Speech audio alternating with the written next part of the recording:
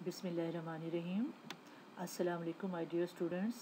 जी मैं आपकी Mrs Nahid Nadeem, Urdu lecturer शोबा Urdu army public degree college Malik cantt से। आज जिस मौजू पे मैं आपको लेक्चर दूंगी वो है दरख्वास्त नवीसी। तो बच्चों, ये आपकी 11वीं क्लास का एक लाजमी सवाल है जो आपको आता है।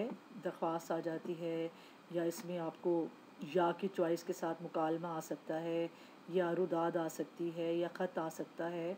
तो ये आपकी 4 चीज़ें होती हैं उर्दू के पर्चे में: दरख्वास्त, मुकालमा, रुदाद और ख़त। तो ये आपको आती हैं, इसमें से 2 आपको करने होते हैं। अब कौन से किसके साथ चॉइस बनती है ये पेपर वाले की मर्ज़ी है। तो आज हम आपको इसका तरीका बताएंगे, इसके असूल व ज़वाबित क्या हैं, और ये 5 नंबर का सवाल है, किस तरह आपको अटैम्प्ट करना है, और कौन कौन सी इसमें अगलात हैं जिन जो बच्चे करते हैं और आपने उससे बचना है। तो यही हमारे जो है आज के दरख्वास्त नवीसी का जो है हमारा लेक्चर होगा।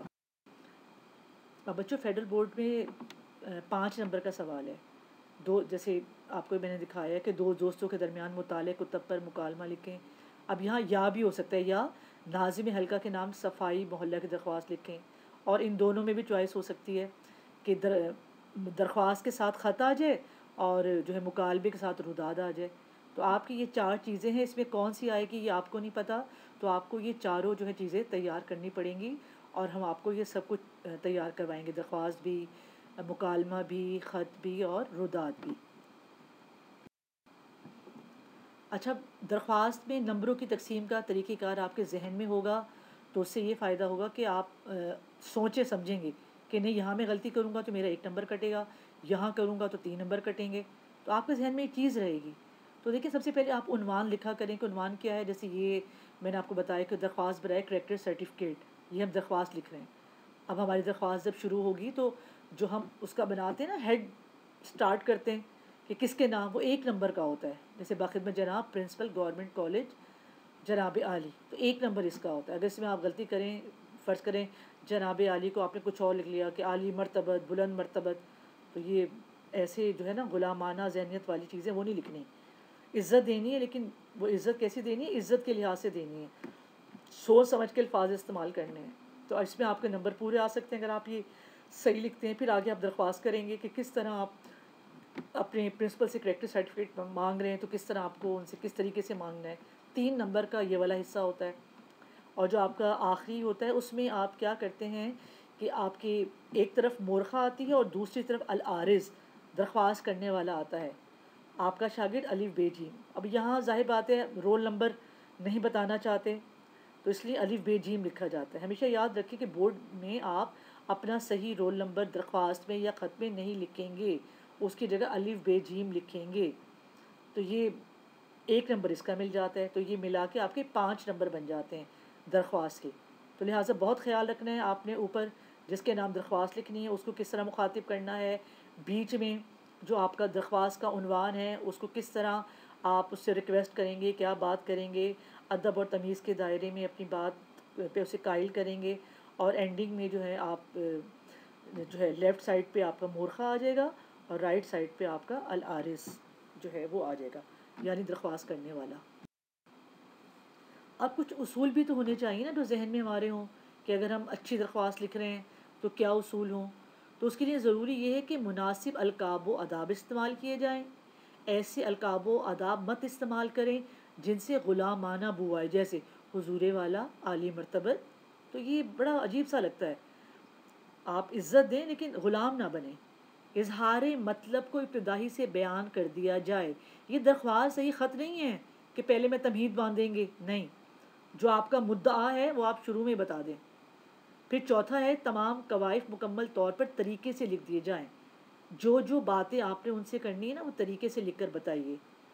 दरख्वास्त मोहतात अंदाज में लिखी जाए, ना तो दोस्तों किसी बेतकल्लुफ़ी हो, ना हाकमाना अंदाज हो, ना ही ग़ुलामाना। तो आपने इन बातों को जहन में रखते हुए दरख्वास्त लिखनी है।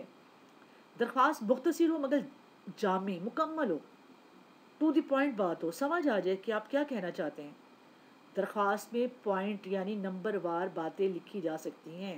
यानी फ़र्ज़ करें कि आप कह रहे हैं जी हमारे म्यूनसिपल कॉरपोरेशन के चेयरमैन के नाम दरख्वास्त लिख रहे हैं कि हमारे मोहल्ले में जो है बहुत ज़्यादा मसाइल हैं, तो आप नंबर वार भी बता सकते हैं कि पहले नंबर पे ये मसला है, दूसरे पे ये है, तीसरे पे ये मसला है हमारे मोहल्ले में। तो ये इससे भी एक अच्छा जो है इम्प्रेशन पड़ता है। आखिर में शुक्रिया अदा किया जाए। देखिए ये मैनर्स, तमीज़, अदब, आदाब ये हमारी गुफ्तगू का हिस्सा होने चाहिए। तो जिससे आप रिक्वेस्ट कर रहे हैं तो आखिर में आप उसको थैंक्स भी बोलेंगे, उसका शुक्रिया भी अदा करेंगे। खातून प्रिंसिपल या सरबराह इदारा के लिए जनाब आलिया लिखने की ज़रूरत नहीं, जनाब आली ही लिखा जाए। दोनों के लिए, चाहे मेल हो चाहे फ़ीमेल हो, हम जनाब आली ही लिखेंगे। तुलबा और तालबात आखिर में पते की जगह फ़र्ज़ी रोल नंबर या फ़र्ज़ी नाम या स्कूल का नाम फ़र्ज़ी लिख लें, असली लिखने की ज़रूरत नहीं है। तो आपको जैसे मैंने बताया अलिफ बे जीम ये सबसे अच्छा रहता है कि आप ये लिखें।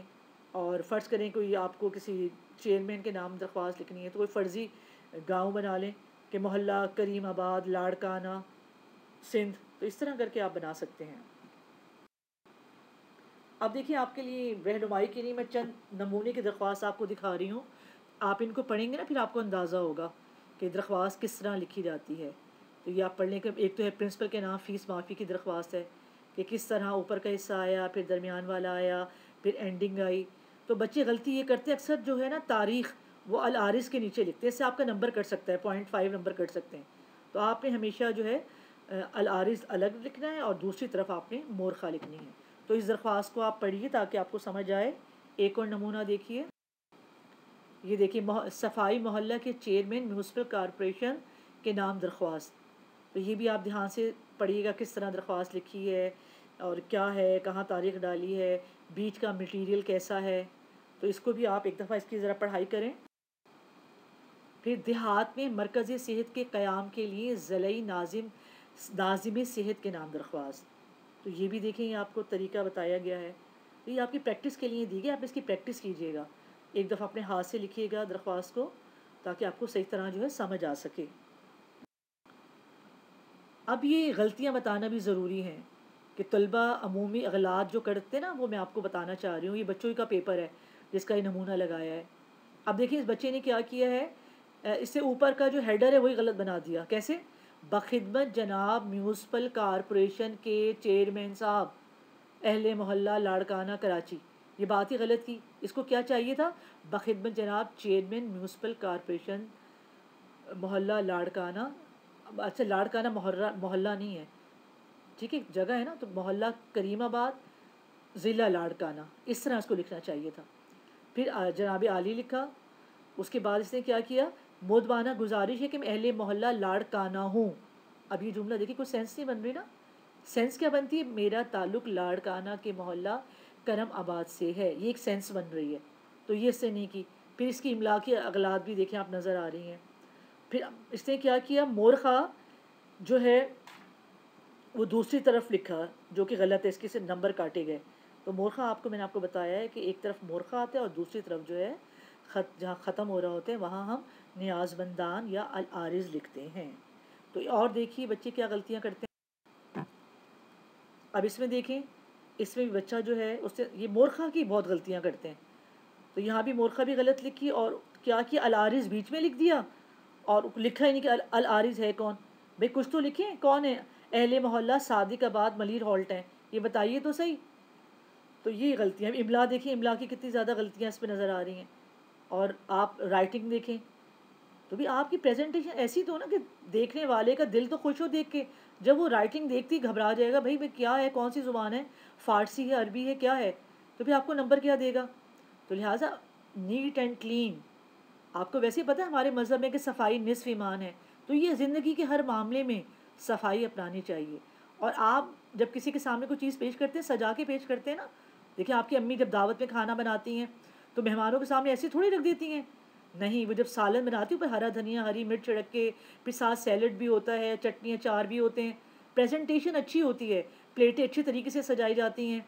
तो आपका पेपर भी ऐसा है कि आप जब प्रेजेंट करें तो आप कोशिश करें कि मेरी राइटिंग भी अच्छी हो, मेरी अमला की इगलात भी कम से कम हो, और मैं जो पैटर्न सीखा हुआ है उसकी प्रैक्टिस करूं, उसके मुताबिक ही लिखूं, ताकि पेपर चेक करने वाला खुशी खुशी पेपर चेक करे और उसका दिल भी खुश हो, नंबर भी मुझे अच्छे दे। अब ये देखें, एक ही बच्चे का पेपर है। अच्छा, इस बच्चे ने क्या किया, दरख्वास्त थी कि नाजायज़ तजावुज़ात के ख़िलाफ़ दरख्वास्त। बच्चों नाजायज़ तजावुज़ात होती हैं जो जगह जगह सड़कों पे ठेले लगा देते हैं, रेहड़ियाँ खड़ी हैं, वो होते हैं। या इन्होंने उसको बदल ही दिया, मतलब इनको पता ही नहीं था कि नाजायज़ तजावुज़ात का मतलब क्या होता है, ना इन्होंने पूछने की ज़हमत गवारा की। तो इन्होंने उसको कब्ज़ा माफिया बना दिया कि वो जो लोग दूसरों के मकानों पे कब्ज़ा कर लेते हैं, उन्होंने दरख्वास्त पूरी कब्ज़ा माफिया के लिख दी सारी। तो ये ज़रूरी है कि आप समझ तो नहीं दरख्वास्त लिखनी किस पे। तो यहाँ इन्होंने बिल्कुल ही गलत कर दिया, अंदर के मकानों पे कब्ज़ा कर लिया है और नहीं छोड़ रहे, इस टाइप की इन्होंने बात लिखी। और देखिए मोरखा की गलती हमें यहाँ भी नज़र आ रही है। तो ये दरख्वास्त कब्ज़ा माफिया के लिए लिखी, जबकि नाजायज़ तजावुज़ात की थी। तो चूँकि इसकी थोड़ी बहुत चीज़ें सही थी, ऊपर का थोड़ा पैटर्न और ये जो है नीचे दरख्वास्त गुजार का, इसलिए इसको 2 नंबर दिए। लेकिन बच्चे ने बहुत गलतियाँ की हैं। तो ये आपका था, बहुत आसान काम है, 5 नंबर का है, वेरी सिंपल। आप इंशाल्लाह थोड़ी सी प्रैक्टिस से इस पे उबूर हासिल कर सकते हैं। तो अब मुझे कैसे पता चले कि आपको ये बात समझ आई या ना नहीं आई? तो इसका ये है कि मैं आपको एक काम दे रही हूँ, असाइनमेंट दे रही हूँ। और टॉपिक क्या है? टॉपिक वही है कि बाज़ार में नाजायज़ तजावुज़ात के ख़िलाफ़ म्यूनसिपल कॉरपोरेशन के चेयरमैन के नाम दरख्वास्त लिखिए।